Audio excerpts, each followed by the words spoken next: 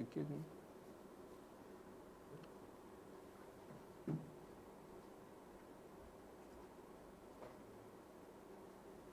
Open video, voice. Okay. For start Zoom, you got Yeah. open mic and open video. Okay. Okay. And topic. Okay.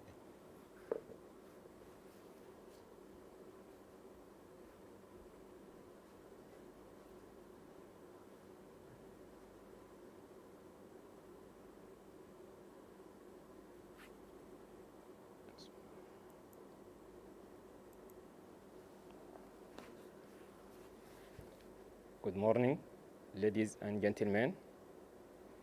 Hope all of you and your family are well in this COVID pandemic situation. First of all, I would like to thank you for joining us today. And also, I will take this opportunity to say Eid Mubarak for those who are celebrating with Eid al-Adha. As you know, our presentation today is about geothermal energy. But before that, let me talk a few words about myself. My name is Jafar Sharaf al-Din al-Bagir. I am from Sudan. I am master student in Sustainable Energy Management Program, Faculty of Environmental Management, Prince of Songkla University. I'm very glad to participate in this training and deliver this presentation on behalf of TAICA and Faculty of Environmental Management, Prince of Songkla University. And I hope you will find it enjoyable. Let's start.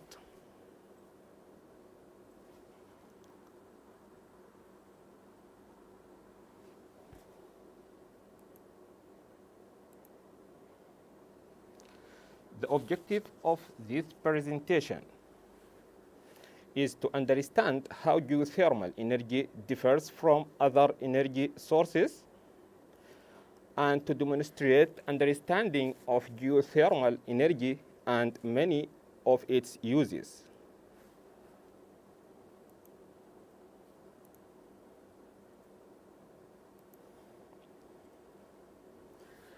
And to provide specific means and concepts of finding geothermal sites,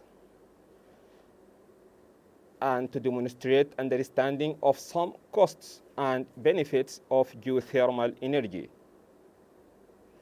and to know about geothermal energy scenario or situation in Thailand.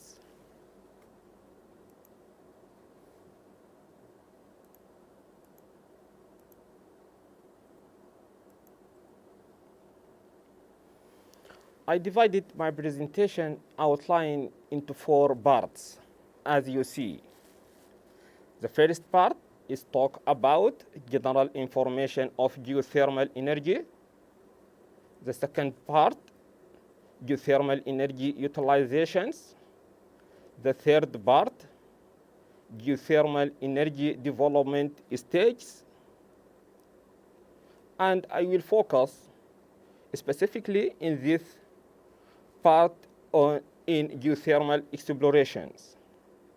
Finally, I will talk about Thailand's geothermal energy.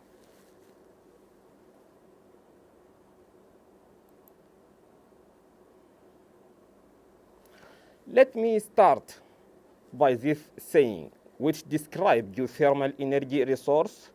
It's a great resource, but one that doesn't get a lot of love. Imagine if there was a carbon-free form of energy hiding in the ground beneath you. One that could turn to any time, even on cloudy or windless days.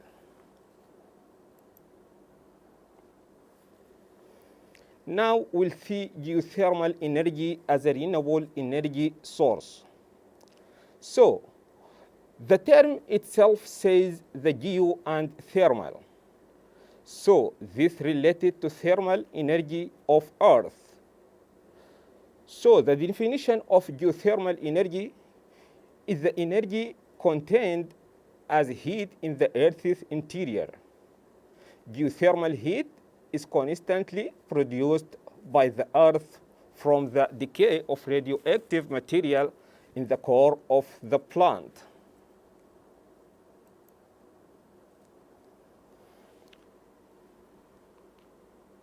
To get better understanding of geothermal energy, we have to know the structure of the Earth, the inside structure of the Earth. So let us watch this video which describe or explain inside structure of the Earth.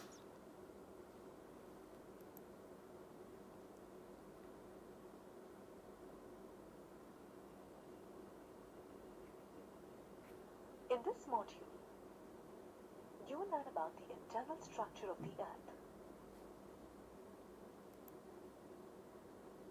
To understand the structure of the Earth, first, let's get a background on how the Earth was formed. It happened 4.5 billion years ago.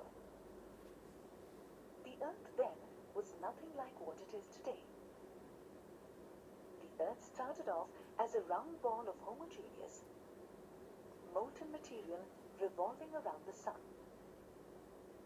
As the liquid slowly cooled down, the denser materials that formed the Earth solidified and sank to the center of the Earth, where they formed a metallic core. At the same time, the lighter, less dense elements were pushed out toward the surface, where they formed the Earth's crust.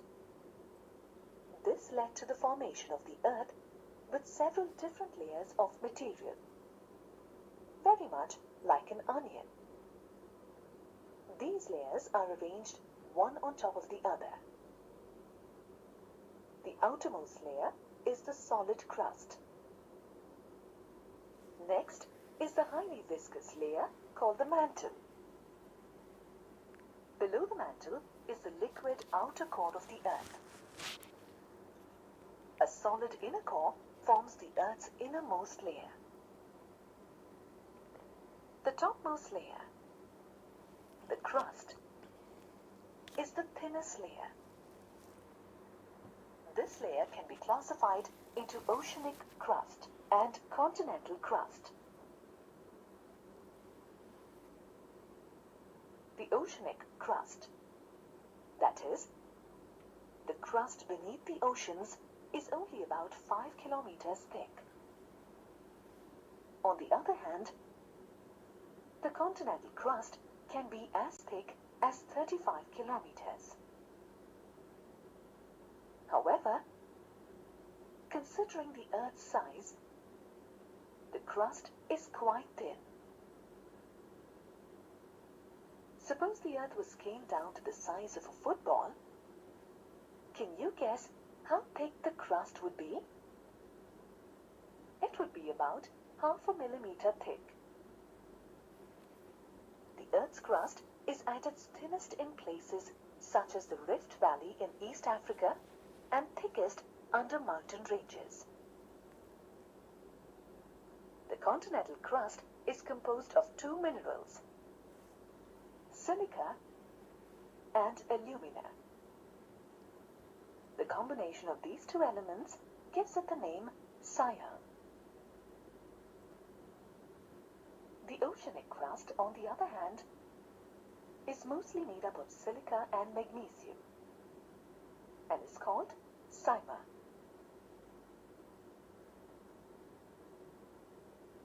Did you know? When the Earth's crust gets ruptured, the hot, molten magma, ash and gases come out from the core to the surface of the Earth. This results in the formation of a volcano. The magma that is released on the surface of the Earth is called lava. The Hawaiian Islands are said to have formed due to undersea volcanic activities. The crust, however, makes up only 0.5 to 1% of the Earth's volume. So what about the other components that make up the Earth? Well, 83% of the Earth is made up of the mantle, and the remaining 16% consists of the inner and the outer cores. The mantle lies just below the Earth's crust and is 2,900 kilometers deep. That makes it the thickest among all the layers that comprise the Earth. It is made up of viscous material. The temperature and the pressure within the mantle are high, as it is located below the crust.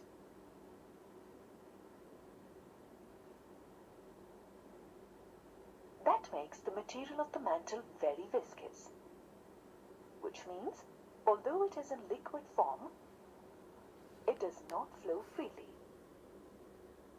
This material inside the mantle is more viscous than tar and is known as magma. It is semi-solid and can flow. Magma is contained within the magma chamber. Finally, as you go deeper inside the Earth, you come to the core.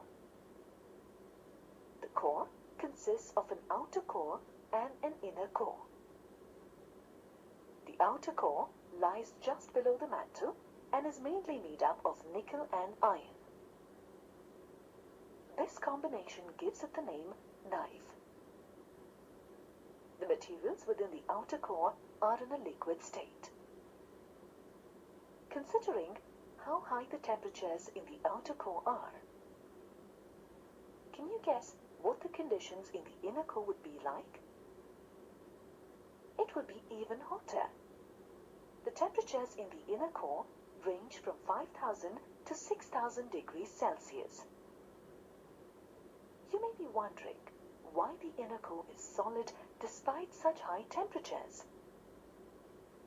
The pressure in the inner core is so high that the material gets solidified.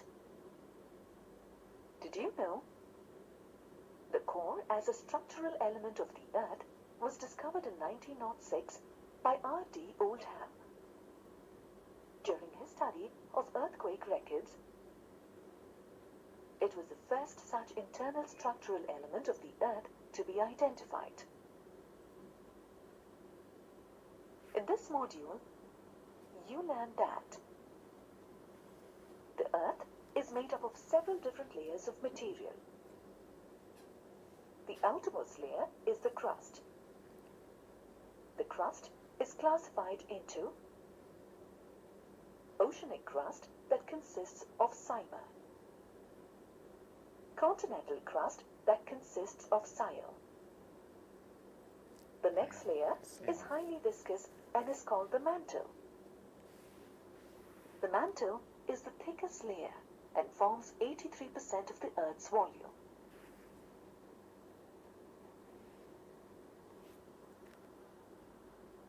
The outer core is made of nickel and iron and is called knife. The material in this layer is in a liquid state. The inner core is solid and has very high temperature and pressure.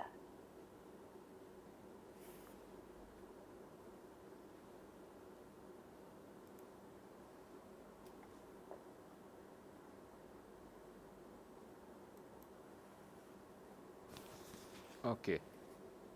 Now we had idea about the structure inside the Earth, which is very important, as I said before, to understand the geothermal energy.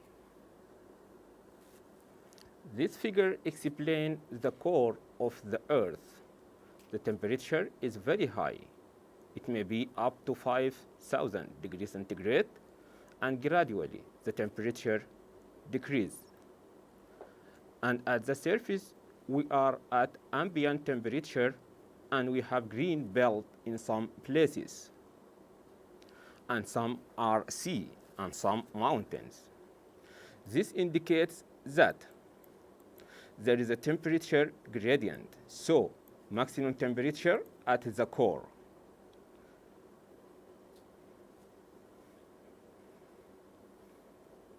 And then gradually it decreases, and the minimum at the surface, where the living animals and living beings exist. So the huge amount of heat energy which is available at the core basically generated due to radioactive reactions that is transferred to some extent gradually to the surface. And it is believed that this at the core, the material is in liquid form that is called magma, as we watched on the video. And then some rock is also in molten form that can convecting the heat that can be through convection. It can go off.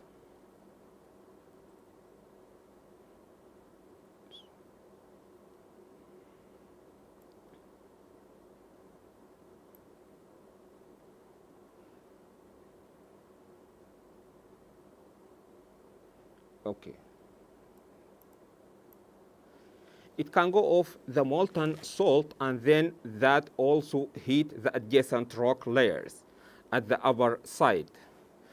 Then that heat, then that hot or heated rock layer, if there is some liquid, say water, so that water takes it from the heated rock, and if temperature is very high, so this water can be converted to steam or depending upon the temperature of the adjacent rock. The water may be in hot water or in steam, whatever available at the crust, so we can extract it, then we can recover that heat available in the earth. Plate tectonic. The shapes and positions of the continents make up a very familiar image if you look to this map or figures. The Earth's surface is a very dynamic place and has not always looked like this. Earthquakes, volcanic activity, and other phenomena have been changing the face of the planet for millions of years. The key geological theory that explains how the Earth's surface changes now and has changed in the past is called plate tectonics.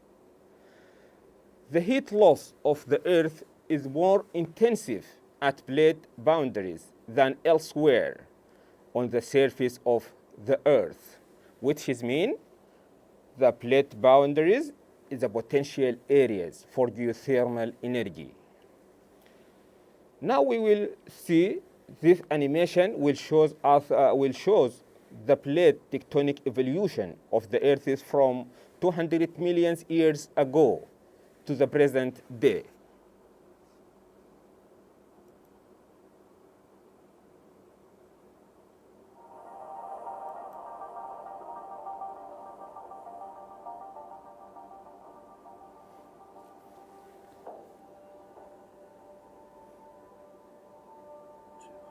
Million years ago, our world looked very different.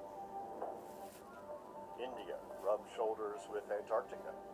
Buenos Aires lay not far from Cape Town, and Morocco sidled up to New York City. The Atlantic Ocean started to open up around that time, beginning in the north. Tectonic plates moved apart and new crust formed in between. We can speed up time so that millions of years flash by every second.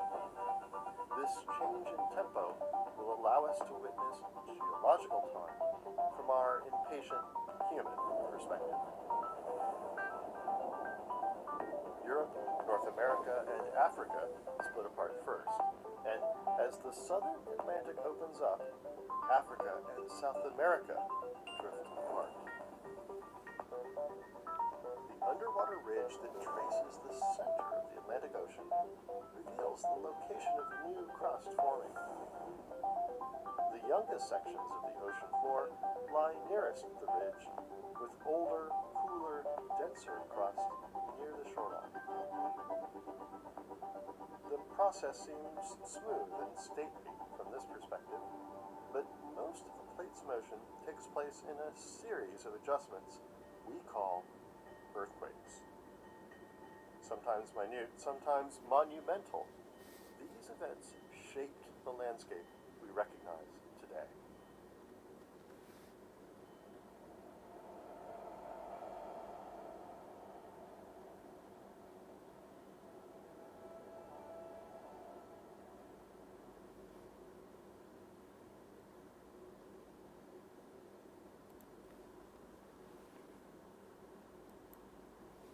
Okay, interesting. Okay, plate tectonics. What is the plate tectonics? Imagine that land on the Earth's surface is like bread floating on a pan of soup, which is represent the mantle. How do tectonic plates move? Heat generated in the Earth's core, which causes the tectonic plates on the Earth's surface to move. This process occurs due to the formation of convection currents in the mantle.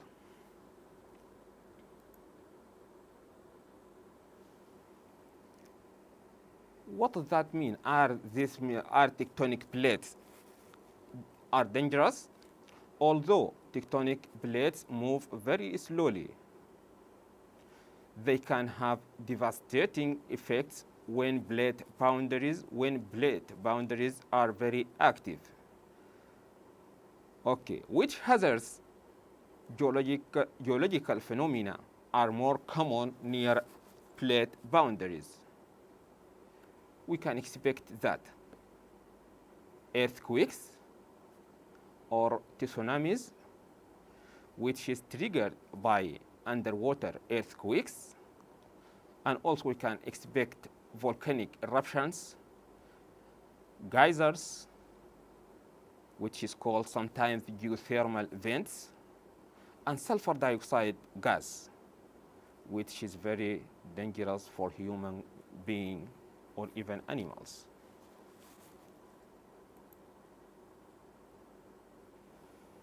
There are many surface signs telling us there are geothermal potential in this place or in this area. These surface signs called surface manifestations.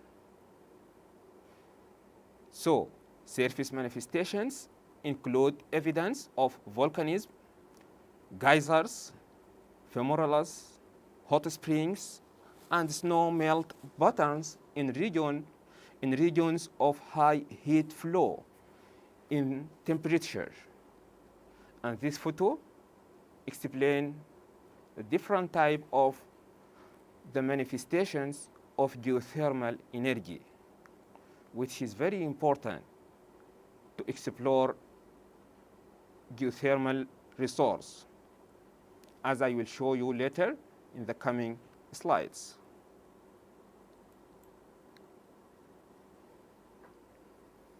Okay. Now we will see the environmental impacts of geothermal energy. According to geothermal communities, carbon dioxide, hydrogen sulfide, methane, and ammonia, these emissions are lower than those associated with the use of the fossil fuels, for which the adoption of geothermal energy sources is considered to have the potential to mitigate the global warming and have favorable impact on the environment.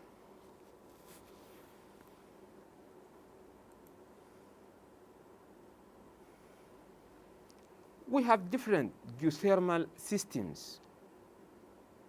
So, geothermal resources are classified in various ways based on heat source, type of heat transfer, reservoir temperature, utilization, and geological settings.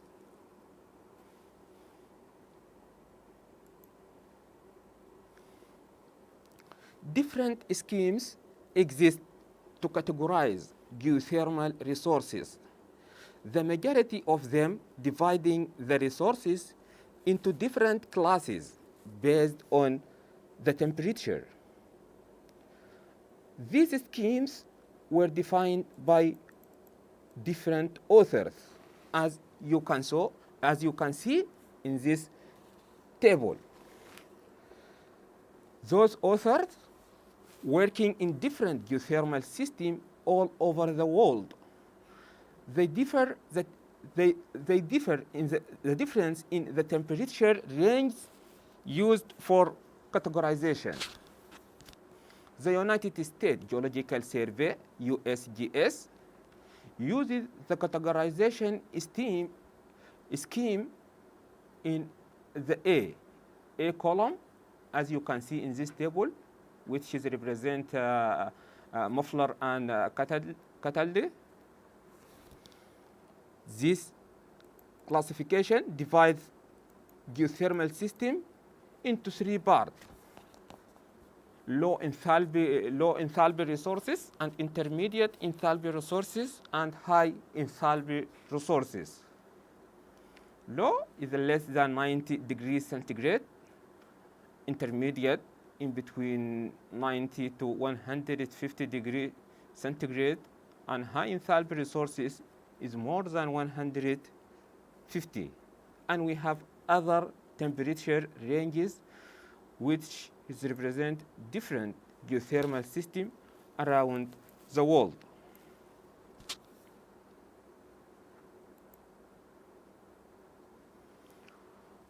When defined on the basis of the nature of geological system from which they originate, the different categories are as follows.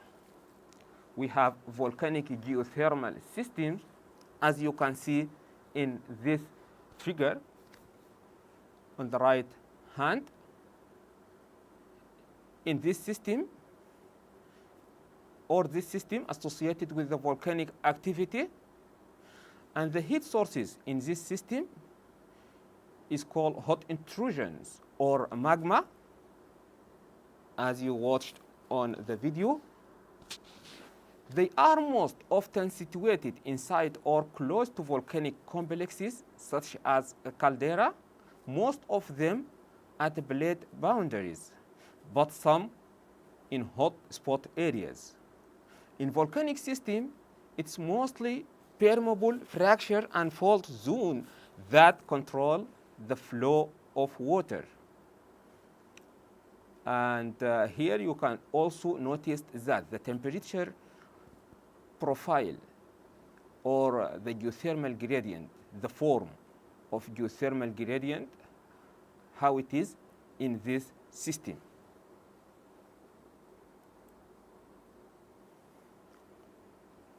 Convective fracture controlled system. In this system, as you can see in this image, the heat source is the hot crust at depths in tectonically active areas. For example, plate boundaries. And geothermal water has circulated to considerable depth, 1 kilometer or more than 1 kilometer, mostly through vertical fractures to mine the heat from the rocks. And also, you can see the form of geothermal, how geothermal gradient it is also.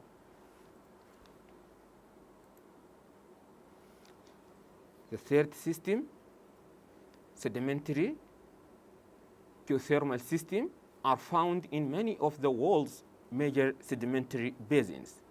This system is accompanied with the sedimentary basins, and these systems owe their existence to the occurrence of permeable sedimentary layer at a great depth, more than 1 kilometer, and above average geothermal gradients.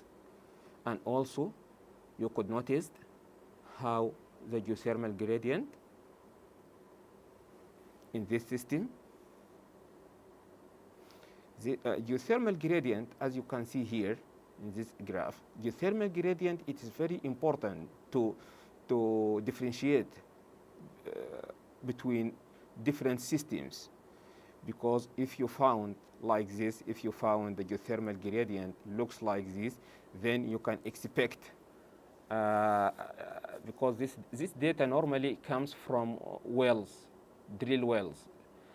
So if you could find the form of geothermal gradient like this, then you can expect what geothermal system you have. The fourth system called hot dry rock or enhanced geothermal systems. This system consists of volumes of rock that have been heated by volcanism or abnormally high heat flow. The reservoir rocks of this system have a low permeability or are virtually impermeable. Therefore, they cannot be exploited in a conventional way. Experiments have been conducted in a number of locations to use hydrofracturing to exploit or to utilize this geothermal energy, this technique also known as a fracking, which tried to create artificial reservoirs. This fracking technique create artificial reservoir through increasing the porosity and permeability of the reservoir in order to let the hot water or even steam to flow. And this, by the end, will enhance the already existing fractures network.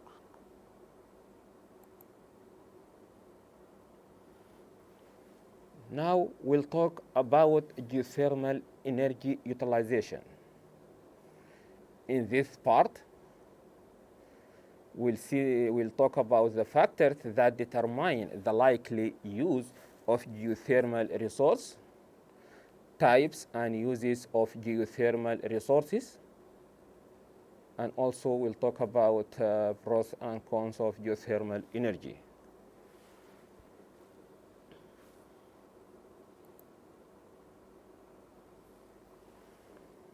Factors that determine the likely use of geothermal resources. In the previous part, I explained to you different geothermal systems, which represent different temperatures. So here we'll see the factors that determine the likely use of a geothermal resource. Generally, the resources of hot volcanic system are utilized primarily for electric power generation, whereas the resources of a lower temperature system are utilized mostly for space heating and other direct uses. A number of factors is required to determine the optimum use of geothermal resource as the following: hydrothermal fluid type, whether to be hot water or steam, rate of flow, source of temperature, the chemical composition of geothermal fluids, pressure of the geothermal fluid, and depth of the geothermal reservoir.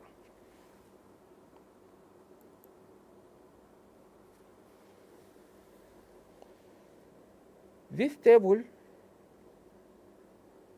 is based on the different temperature at depth of 1 kilometer, high temperature fields are those where a temperature of 200 degrees centigrade or more is reached at a depth of 1 kilometer.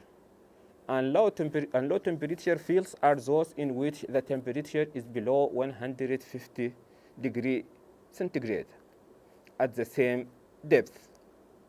In this table, you can see that we have different temperatures, high than 200 degrees centigrade, and medium temperature between 200 degrees centigrade and 150, and lower temperature which is lower than 150.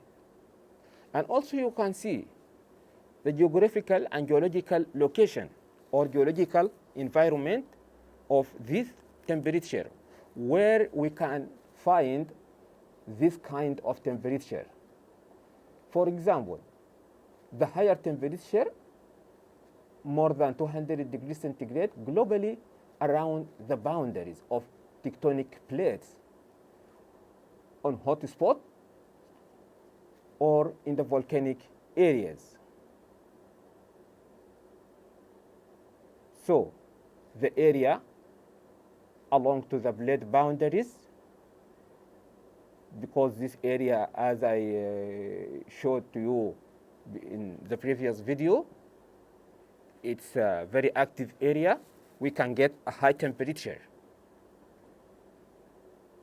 And the use of this temperature used for power generation with a conventional steam or flash or dry steam technology or double flash. And in the coming slide, I will talk about this technology in detail. And you can see also the geological location or geographical location for the medium temperature, 150 to 200 degrees centigrade. This is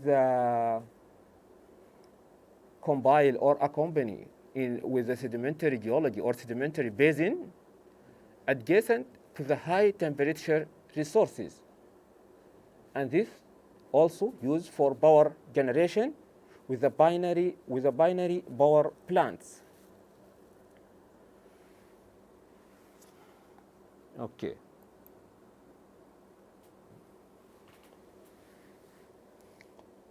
Now we'll talk about direct utilization or exploitation of geothermal energy. We have different aspects for direct utilization. We can use the heat directly, generally we can use the heat directly or indirectly.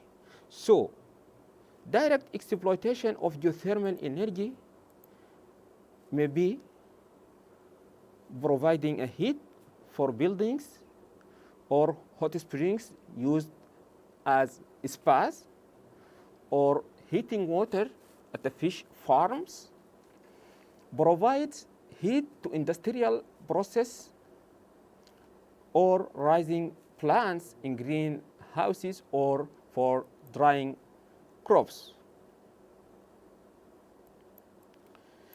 This particularly in the country where the temperature is below 0 degree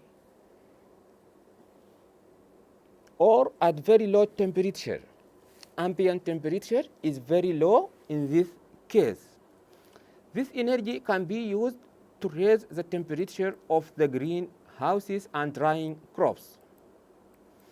These are very direct use of this geothermal energy. But we can convert this energy which is available in terms of steam or hot water. That energy can be converted to electricity. And that is indirect mode of application and most usable form of the energy, that is electricity. That can also be produced from geothermal energy.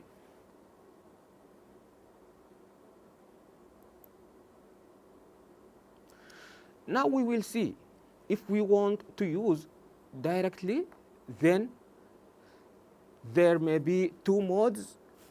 One is your closed loop, and another it's called open loop. Closed loop. In this closed loop, these two types of geothermal system predominant in residential applications. Closed loop use a heat transfer fluid that is pumped through a loop or multiple loops of piping placed in the ground and eventually back into the heat pump heat exchanger in the home. Closed loop system can be oriented vertically or horizontally, depend on home's available space and ground conditions. As you can see in these pictures, we have two. One is a vertical and another one is a horizontal, and this is based on the area available.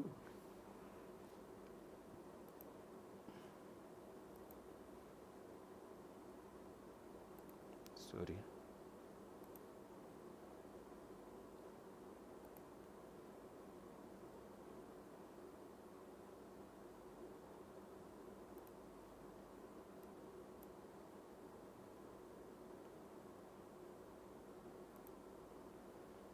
Open loop. In this system, systems pump groundwater to the house for heat transfer and discharge the used water into separate return well or surface water reservoir. Here, this is an open loop system.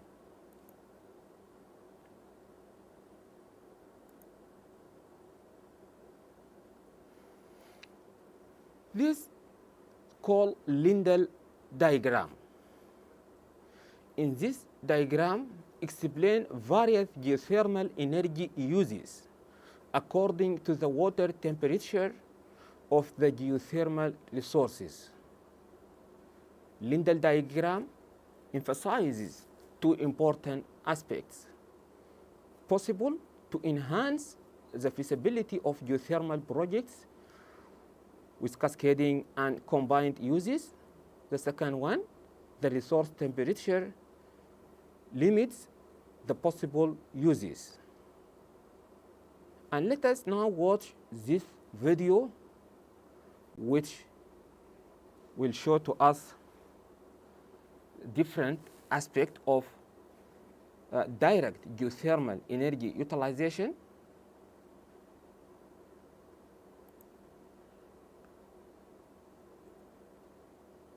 Cellulose comes from the wood.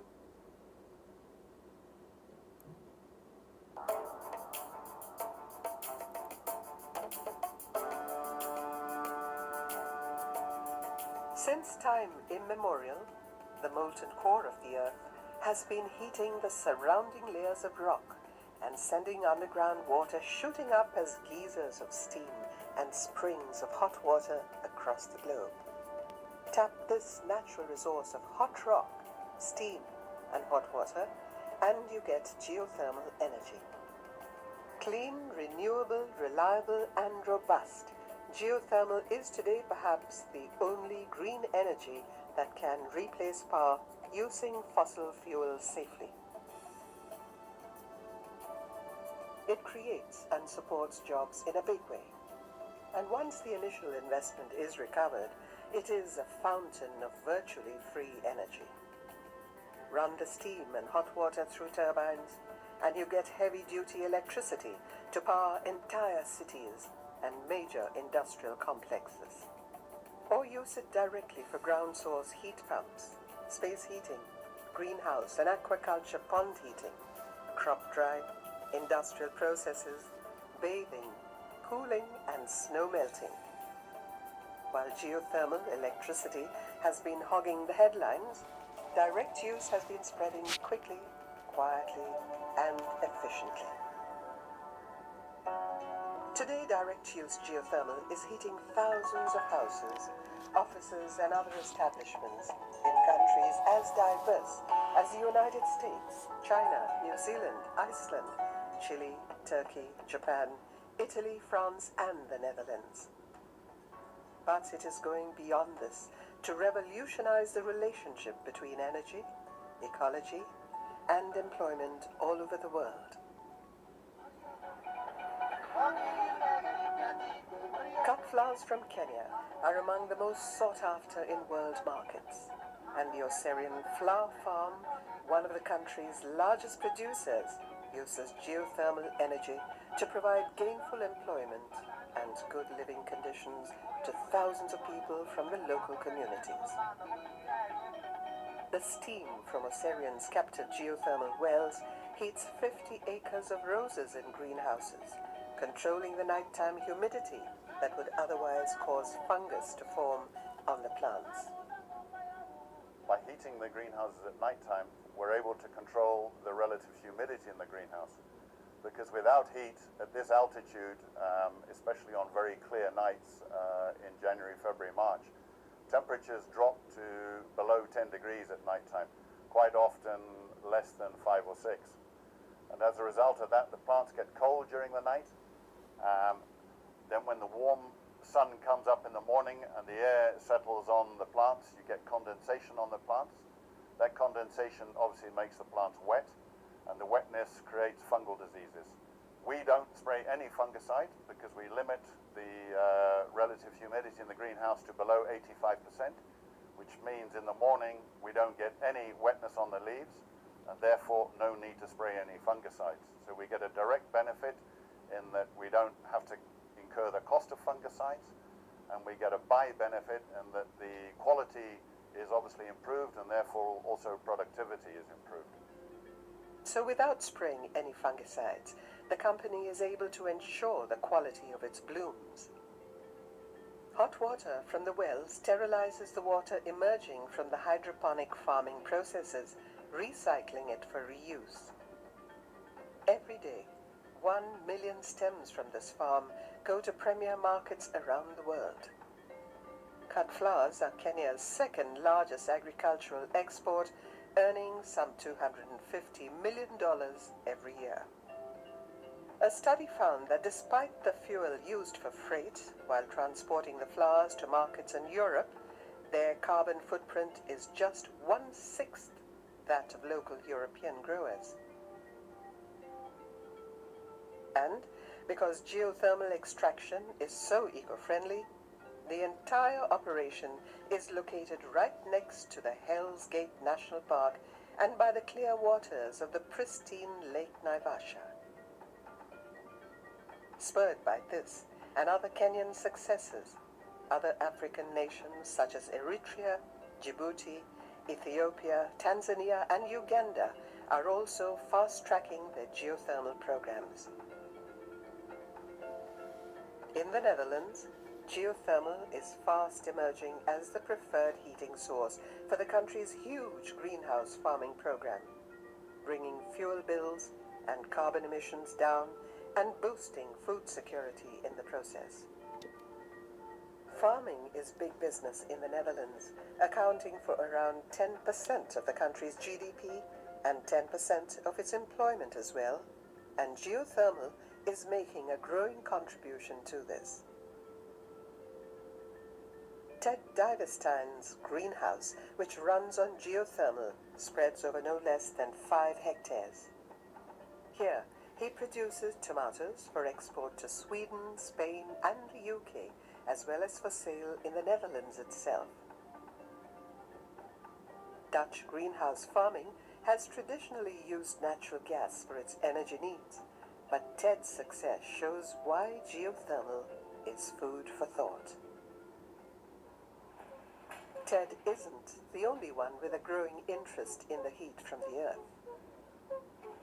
In 2011, Tern Walstar and 3 other farmers from Westlands showed just how green thumbs could benefit from green energy.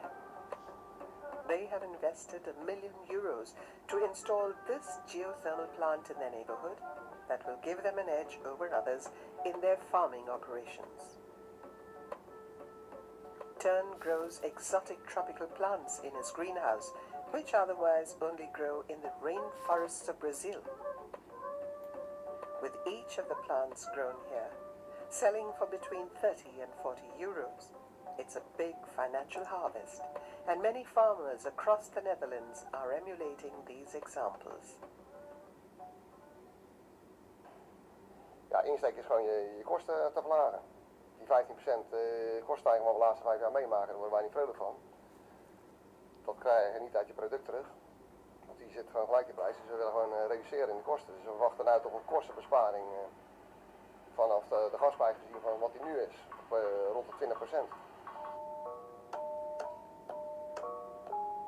With 40% of the world's geothermal resources, Indonesia has always been aware of the potential of this energy source. But large oil reserves had earlier obscured its importance. In today's changed energy environment, geothermal has been growing in importance. The country's large geothermal electricity program has great synergy with its direct use initiatives. Waste steam from the Lahandong geothermal power plant helps run the award-winning Masarang palm sugar factory, which provides employment to large numbers of local palm sugar tappers who were struggling for economic survival. Today they create a product that's a hit in the quality-conscious international market, and they've also become guardians of the rainforest, whose trees they earlier used to have to cut to process their sugar. Elsewhere in Indonesia, geothermal heat is increasingly being used for other applications as well, such as drying tea leaves for processing. In the USA, geothermal energy has many agricultural applications. Vegetables, flowers, ornamentals, and tree seedlings are raised in 43 greenhouse operations heated by geothermal energy. 49 geothermal aquaculture operations raise catfish, tilapia, shrimp, alligators, tropical fish, and other aquatic species. We formed the company 2 years ago. Basically what we do, we converted existing chicken houses into fish houses, and we hope to be completed with this project by August of this year. A fantastic species in a hybrid striped bass. They take 11 to 12 months to grow out to 1.5 pounds, and this farm can produce 300,000 to 400,000 pounds annually with hybrid striped bass, and flounder take about 16 to 18 months to grow out. And with that business plan, we should be able to put out 80 to 100,000 pounds of flounder. We put towards geothermal heating and cooling. They are 90,000 BT units each, and they only use 11 amps each as well. We also received a grant, a $45,000 geothermal grant from Rural Development. Agri-industrial applications include food dehydration, grain drying, and mushroom culture. The drying of onions and garlic is the largest industrial use of geothermal energy. In Cowra, New Zealand, geothermal is used for the production of paper to print newspapers. The cellulose comes from the wood chips from the local planted forest, which are then processed into pulp with the help of geothermal steam.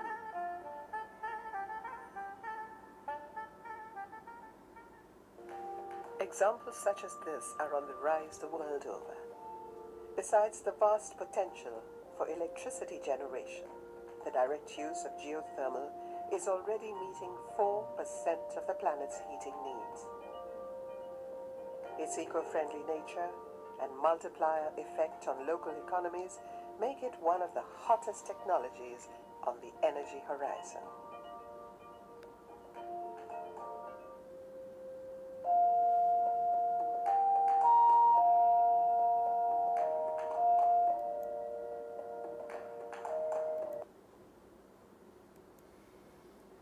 Okay. Now we will see the country, the status of the global direct utilization of geothermal energy. As you can see in this figure, China at the top, and then Turkey, Iceland, and then Japan, New Zealand, Russia, Italy, US, Hungary, Brazil, and other countries. These figures explain direct utilization. For indirect utilization or electricity generation, we have three types or system of energy transformation process to generate electricity from hydrothermal resources via geothermal power plants. These three systems, it depends, or three systems or technology. As I mentioned before, these systems, it depends totally on the temperature of the fluid you have in your area. Based on this temperature, you will choose which technology it's suitable or convenient to utilize this resource, geothermal energy resource. We have dry steam plants or flash steam power plants and binary cycle power plants. And now let us watch this video which explain when you can use each technology.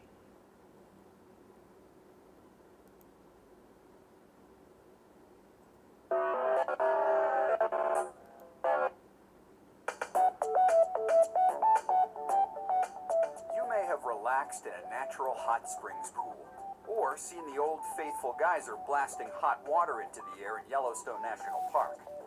But have you ever thought of where all that heat comes from? Well, it comes from deep beneath the surface of the Earth, and it's called geothermal energy. And we can use it to generate clean, renewable electricity.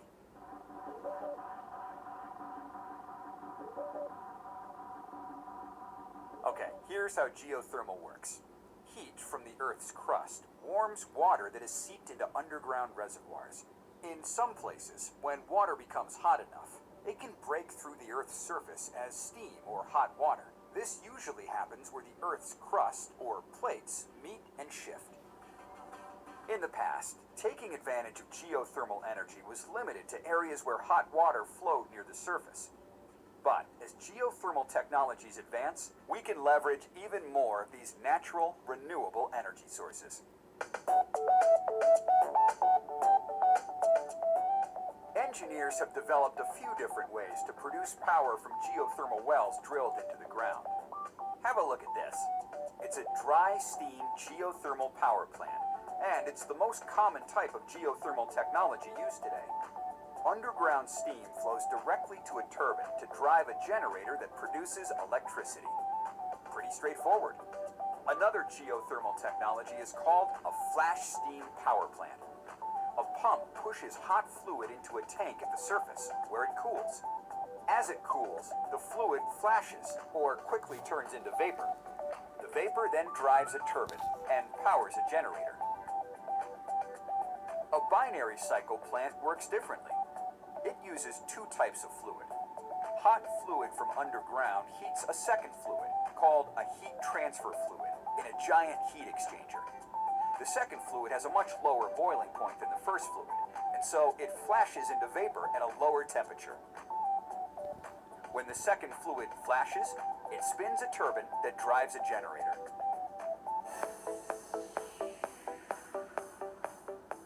The environmental benefits of this clean, round-the-clock, renewable energy source are substantial.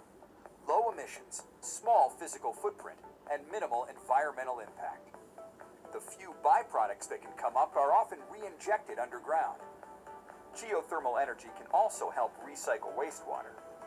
In California, wastewater from the city of Santa Rosa is injected into the ground to generate more geothermal energy. Some plants do produce solid waste, but that solid waste may contain minerals that we can remove and sell, which lowers the cost of this energy source. The U.S. Geological Survey estimates that untapped geothermal resources in the United States, if developed, could supply the equivalent of 10% of today's energy needs and cut our dependence on fossil fuels.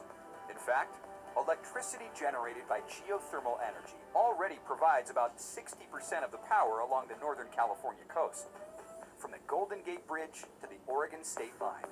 Geothermal energy, helping to push America toward energy independence and a clean, renewable way to meet our growing energy demands.